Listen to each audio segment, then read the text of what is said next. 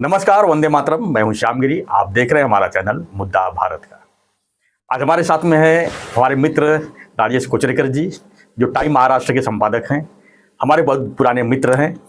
जब ये सहारा समय में थे, हम इन मुंबई में थे, उसके बाद फिर हम IBN में आए, और कोचरेकर जी और भी बहुत जगह। इनका राजकीय संबंध बहुत घनिष्ठ है और राजकीय मुद्दों पर काफ़ी अच्छी जानकारी रखते हैं अपने पास। तो आज जो है हम इनके साथ रूबरू हो रहे हैं और जानने की कोशिश करते हैं कि महाराष्ट्र में चुनाव हुए, सत्ता बन गई, मुख्यमंत्री भी बन गए, लेकिन आज जो स्थिति परिस्थिति बनी हुई है, एक मातम जैसी हालत है। यानी एक मुख्यमंत्री, दो उप मुख्यमंत्री, एक अनार 100 बीमार जैसी हालत में चल रहे हैं। क्या इसके पीछे कारण, हम राजेश जी से इसके बारे में आज चर्चा करेंगे अपने व्यूअर्स के लिए। सर, सबसे पहले तो आपका स्वागत है। आपने मुझे समय दिया, उसके लिए बहुत बहुत आभारी हूँ आपका। क्या कहेंगे जो आप स्थिति जो है महाराष्ट्र की देख रहे हैं आप, राजनीति की? देखिए, ऐसा है कि महाराष्ट्र में इसके पहले जी इतनी बड़ी संख्या में कभी विधानसभा में जीत हासिल नहीं हुई थी। जी भाजपा ने जो भी कुछ किया, और साथ ही साथ लाड़की बहन की जो योजना है उसको मिली कामयाबी, एकनाथ शिंदे जी का योगदान, उनका लोगों के साथ जुड़ा रहना, और इसके सबसे ऊपर जो कड़ी की है वो कड़ी की है देवेंद्र फडणवीस जी ने। भाजपा के सबसे महाराष्ट्र के बड़े नेता के तौर पर काम करते हुए उन्होंने इतनी शांतता से, इतनी संयमता से काम किया कि भाजपा को इतनी बड़ी जीत मिली। बिल्कुल, ये बात सही है कि सारे टीम का योगदान था, लेकिन देवेंद्र जी का जो नेतृत्व था, उस नेतृत्व में एक बहुत बड़ी बात थी जो उन्होंने इस जीत के बाद लोगों के सामने रखी। लेकिन हुआ यह है, अब ये चुनाव होने के बाद, चुनाव होने के पहले सबको क्या लग रहा था, मेरी तो कुछ ऐसे लोगों से बात हुई थी कि जो दिल्ली में इस पूरे प्रक्रिया में, भाजपा की निर्णय प्रक्रिया में दखलंदाजी करते हैं, नेतृत्व करते हैं, दिशा देते हैं, चुनाव के पहले ऐसे लग रहा था कि आने वाले विधानसभा में एकनाथ शिंदे ही मुख्यमंत्री होंगे। लेकिन जिस तरीके से नतीजे आए और भारी मात्रा में जीत मिली, तो उसमें ये एक बात साफ हो गई कि देवेंद्र फडणवीस ये मुख्यमंत्री बने, क्योंकि पार्टी का जो सबसे बड़ा यश देने वाला नेता देवेंद्र फडणवीस अगर नजरअंदाज किए जाते या उनको पीछे बिठाए जाते या एकनाथ शिंदे को फिर से मुख्यमंत्री बनाया जाता, तो पार्टी में भी एक गलत मैसेज जाता, जिसके कारण देवेंद्र फडणवीस मुख्यमंत्री बने। अब हुआ यह है, सिर्फ देवेंद्र फडणवीस ये खुश है, बाकी सारे लोग नाखुश है। अगर आप देखोगे तो दोनों जो DCM है, यानी एकनाथ शिंदे को ऐसा लग रहा था कि मैं मुख्यमंत्री बनूंगा, वो नहीं बने तो इसलिए वो दुखी है। अजीत पवार को ऐसे लग रहा था कि मैं इनके साथ रहूंगा तो मुझे सब कुछ मिलेगा। लेकिन बात यह है कि अजीत पवार के लोग और अजीत पवार खुद भी दुखी है, एकनाथ शिंदे उनका खेमा भी दुखी है, और जो लोग देवेंद्र फडणवीस जी के इर्द गिर्द थे, जैसे कि प्रसाद लाड हो या प्रवीण दरेकर हो, या और जो उनके जो भारतीय जनता युवा मोर्चा के पराग अड़वनी, अतुल भाटकळकर जैसे लोग, जो लोग हैं, सुधीर मुनगंटीवार की तो कहानी अलग ही है, लेकिन ये लोग जो थे ये भी दुखी है। तो सिर्फ देवेंद्र फडणवीस सुखी है या सिर्फ देवेंद्र फडणवीस खुश है, बाकी सब लोग नाखुश है। ये इन दिनों का हाल बना हुआ है, और ये चलते हुए एक बात स्पष्ट हो गई है, क्योंकि देखिए देवेंद्र फडणवीस एक इतने कद्दावर नेता है भाजपा के, तो उनके पास सारी जानकारी होती है, वो टेक्निकल बहुत टेक सेवी है, साथ ही साथ जो अपने समय का नियोजन है उसमें उनका कोई मुकाबला नहीं कर सकता है। किसके साथ क्या बात करनी है, कब करनी है, कितनी करनी है और कैसी करनी है, इसके बारे में उनको किसी PR एजेंसी की या किसी अपने चट्टोपट्टों की कुछ राय लेनी नहीं पड़ती है। तो इन सारे मामलों में देवेंद्र फडणवीस एक स्वयंभू नेता है, और ऐसे में सिर्फ वही खुश है, बाकी सारे नाखुश है। ये इन दिनों महाराष्ट्र की स्थिति है, क्योंकि जो मंत्री बनाए गए हैं उनमें से कई लोगों ने अभी तक अपने चार्ज नहीं लिए हैं, कि कुछ मंत्रियों के दफ्तर नहीं बने हैं, और कुछ लोगों को ऑफिसर्स नहीं मिले हैं। तो ये जो कहानी, अभी देखिए जब मंत्री बनता है तब मंत्री क्या सोचता है, ऑफिसर जो होंगे मेरे चॉइस के होंगे, ऑफिसर जो होंगे मेरे लोग होंगे। देवेंद्र फडणवीस ने उसके ऊपर चौकड़ी लगा दी है।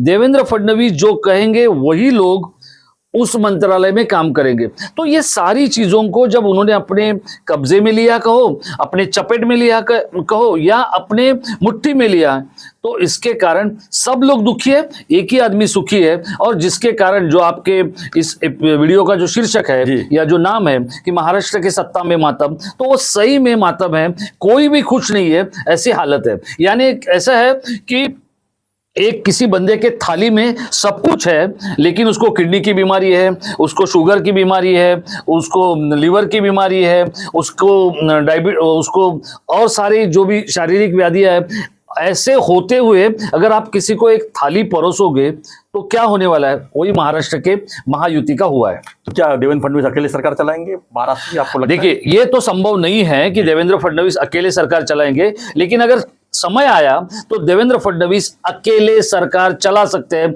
उतनी उनकी क्षमता है। हाँ, ये बात सही है कि अगर गढ़चिरौली में कोई प्रोग्राम है तो वो शायद सावंतवाड़ी में नहीं पहुंच पाएंगे, ये एक बात है। लेकिन सावंतवाड़ी में अगर प्रोग्राम कोई होता है और उस प्रोग्राम को ऑनलाइन अगर कुछ दिशा निर्देश देने हैं, कुछ संबोधित करना है या ऑफिसर्स को कुछ इंस्ट्रक्शंस देने हैं, तो उतनी क्षमता वो रखता है। अपना लैपटॉप खुद खोलने के बाद उस लैपटॉप की सारी गतिविधियां नियंत्रित करने की क्षमता से लेकर किन बिंदुओं पर काम करना है, ये देवेंद्र फडणवीस जानते हैं। हाँ, ये वो ऐसे नहीं करेंगे कि अकेले सब कुछ कर लें, वो हर किसी को अपना अपना जो भी आजादी है वो दे देंगे। लेकिन यहां पर आजादी का गलत अर्थ पिछले कुछ समय में निकाला गया है और शायद उसी को लेकर देवेंद्र जी को आपत्ति है, और उस आपत्ति को हम जैसे पत्रकार या कुछ नेता मातम कह रहे हैं। लेकिन उसके लिए अगर ये मातम नहीं बनेगा, ये मातम बना है, ये बात भी अच्छी नहीं है, लेकिन जिस तरीके का माहौल महाराष्ट्र में बना हुआ है, मंत्रिपरिषद में बना हुआ है, इसमें होगा क्या मैं आपको बताता हूं। इसमें होगा ये, अलग अलग मंत्रियों के जो घोटाले हैं, अभी एसटी का घोटाला चल रहा है, करीब करीब 1300 बसों की खरीदी हुई और वो बगैर मुख्यमंत्री को बताए हुए कैसे हो सकती है? तो इस तरह का प्रशासन अगर महाराष्ट्र में चलता है तो देवेंद्र जी जो कर रहे हैं वो बिल्कुल सही कर रहे हैं। लेकिन साथ ही साथ देवेंद्र फडणवीस जी को यह भी एक बात समझ में लेनी चाहिए कि यहां पर जो आईएएस ऑफिसर है या आईपीएस ऑफिसर है, यानी जो बाबू है, वो इतने बेकाबू हुए हैं क्योंकि हर कोई ये कहता है कि मैं देवेंद्र जी के करीब का हूं, मैं एकनाथ शिंदे जी के करीब का हूं, मैं अजित पवार के करीब का हूं। तो इसमें ये सारी कौन किसके करीबी जो है, इसको लेकर ये पूरे प्रशासन में कबाड़ा मचा हुआ है, और प्रशासन में कबाड़ा मचने के कारण ये सब मातम बना हुआ है। तो क्या आपको लगता है कि जो 2.5 साल डीसीएम थे देवेंद्र फडणवीस, तो उन्होंने यही सब वॉच किया है कि कौन कहाँ का क्या घोटाला कर रहा है, जब मैं फिर सीएम बनूंगा तो उसको मैं बराबर देख कैच करूंगा? देखो श्याम भाई, ये जो आपकी लाइन है ना, इसमें बहुत दम है, मैं आपको बता रहा हूं। क्योंकि ये सारी गतिविधियां जब हो गई, 30 जून 2022 को एकनाथ शिंदे जी को मुख्यमंत्री बनाया गया। उस पत्रकार परिषद को या उस संवाददाता सम्मेलन को संबोधित किया खुद देवेंद्र फडणवीस जी ने। उस संवाददाता सम्मेलन में मैं वहां पर मौजूद था और कुछ और भी लोग वहां पर मौजूद थे जो कि राजनीति को कवर करते। वो जब तक पत्रकार परिषद शुरू नहीं हुई तब तक किसी को मालूम नहीं था, ऐसे कुछ लोग कहते मुझे मालूम था, तो वैसे कुछ नहीं था। लेकिन मैं आपको एक बात बता रहा हूं, ये जब सब कुछ हो गया तो आज जो एकनाथ शिंदे जी की स्थिति है, वो किसी को मिल नहीं रहे हैं, किसी के साथ उतने दिल लगी से या लगाव से किसी के साथ घुल मिल नहीं रहे हैं। तो ये हो सकता है, एक इंसान है, उसको ऐसे लग रहा था कि मैं मुख्यमंत्री बनूंगा, क्योंकि उनको बताया गया था ऊपर से दिल्ली से कि आप ही को कंटिन्यू करना है, ये सारा आप देख लो, अभी देख लो, इसकी राजनीति में जो भी ये संज्ञा है देख लो, तो आप समझ सकते हैं कि कैसे देखना होता है। तो वो सब कुछ उन्होंने देख लिया था। उसके बावजूद इतनी भारी मात्रा में भाजपा को कामयाबी मिलेगी ऐसे ना अमित भाई को लगा था, ना नरेंद्र मोदी जी को लगा था, ना देवेंद्र फडणवीस को लगा था। इसलिए जनता जो है, जनता जनार्दन जो है, बहुत शक्तिशाली होती है। तो आज जो अजित पवार जी ने जो ये कहा ना कि आप मेरे मालिक नहीं हो, तो ये गलत है। अगर ये नेता, इतना बड़ा सीजन नेता कि जो इतनी 35 साल से राजनीति करते आ रहा है, वो नेता का भी कंट्रोल छूटा है। वो इसलिए छूटा है क्योंकि सत्ता में मातम बना हुआ है। उनको कुछ करने का मौका नहीं मिल रहा है। करने का मतलब देखिए, करने के लिए बहुत सारा कुछ काम रहता है, लेकिन ये जो है इसी मतलब जिस तरीके से एकनाथ शिंदे अब जो समय काट रहे हैं या जिन चीजों को फेस कर रहे हैं, देवेंद्र फडणवीस ने भी कर चुका था। बिल्कुल। पहले शुरू के 3-4 महीने तो देवेंद्र फडणवीस भी किसी को मिले नहीं थे, लेकिन उनको यह पता चला कि मैं अगर ऐसे ही बैठा रहूंगा तो कुछ होने वाला है नहीं। तो उन्होंने अपनी जो सारी व्यवस्था है वो काम पे लगा दी, अपने कुछ लोगों को काम पे लगा दिया, कंटेंट हो, स्टोरीज हो, बाकी सारी चीजें। हाँ, एक बात है कि देवेंद्र फडणवीस जी ने एक बहुत बड़ी बात की थी, वो बात एकनाथ शिंदे जी को करनी पड़ेगी, नहीं तो एकनाथ शिंदे जी इसकी कीमत चुकाएंगे।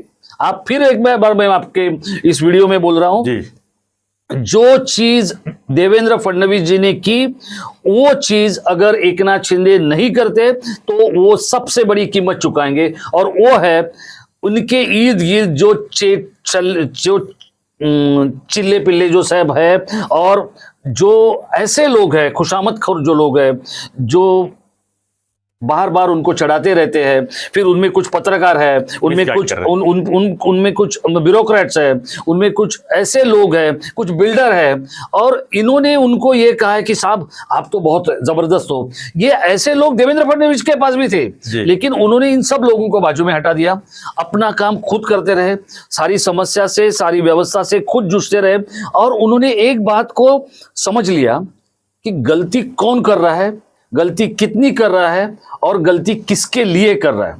अभी एकनाथ शिंदे जी अगर इस बात को समझ, देखिए एकनाथ शिंदे जी को मैं यहां पर नीचा दिखाने की बात नहीं कर रहा हूं, लेकिन उनको ये जो अभ्यास का तरीका है वो चेंज करना होगा, जो देवेंद्र जी ने किया था। तब देवेंद्र जी किसी विधायक या किसी सांसद को भी नहीं मिलते थे।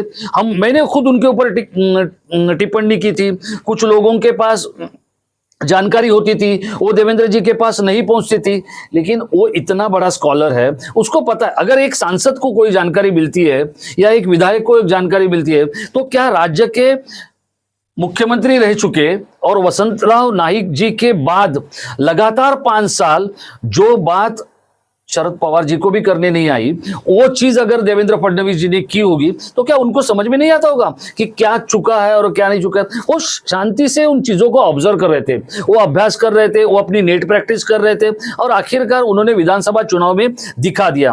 अब सबसे पहले यह है कि जो अपने जैसे पत्रकार है या मीडिया के जो लोग हैं, जो जी हुजूरी करने में ही दिलचस्पी रखते हैं, ऐसे लोगों को एकनाथ शिंदे साहब ने दूर रखना चाहिए, वरना वो लोग फिर इनको फंसाएंगे।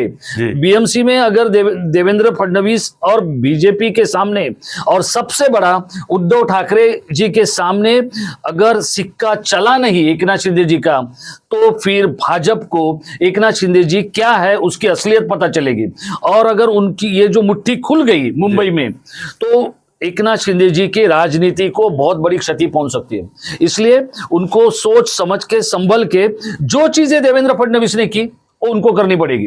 देवेंद्र फडणवीस ने क्या किया, अपनी ब्यूरोक्रेसी में रही जो भी सारी व्यवस्था थी उसको काम पे लगा दिया, वो अपना काम करता रहा, अपनी चीजों को करता रहा और संगठन बढ़ाते रहा।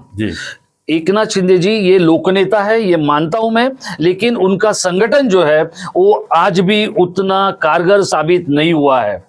ये बात सही है कि बीजेपी की उनको साथ थी, खुद ने उनके उतने कोशिश की, खुद ने इतने घंटे काम किया, वो काम करने के लिए उनके सहयोगी पूरी तरह से नाकाम हुए। दूसरी बात यह है, एकनाथ शिंदे जी के संगठन में ठाणे की संगठना और मुंबई की संगठना, ये एक बहुत बड़ी दरार है। ये ठाणे वाले क्या हमको सिखाएंगे, ठाणे वाले बोलते हैं कि यह मुंबई वाले क्या हमको सिखाएंगे। तो इसमें जो है पूरी पार्टी उलझ गई है। इन उलझे हुए लोगों को अगर एकनाथ शिंदे जी ठीक नहीं करते तो उनके लिए आने वाला भविष्य जो है काफी समस्या भरा रह सकता है। धन्यवाद कुचरेकर जी। तो राजेश कुचरेकर जी, हम इससे चर्चा कर रहे थे कि जो सत्ता बनी हुई है एक अनार 100 बीमार के हिसाब से, यानी कि देवेंद्र फडणवीस जी अनार बने हुए हैं, बाकी सब बीमार है और किस स्थिति में है सभी को पता है। लेकिन उस अनार बीमार को कैसे बाहर निकलना है, ये जो है कुचरेकर जी ने एकदम साफ साफ शब्दों में समझा दिया और बता दिया है। तो फ्रेंड्स, आपकी क्या प्रतिक्रिया है इस पर हमें कमेंट बॉक्स में लिखिए और बने रहिए हमारे साथ, देखते रहिए हमारा चैनल मुद्दा भारत का। चैनल को लाइक, शेयर और सब्सक्राइब जरूर करिए। धन्यवाद सर। धन्यवाद।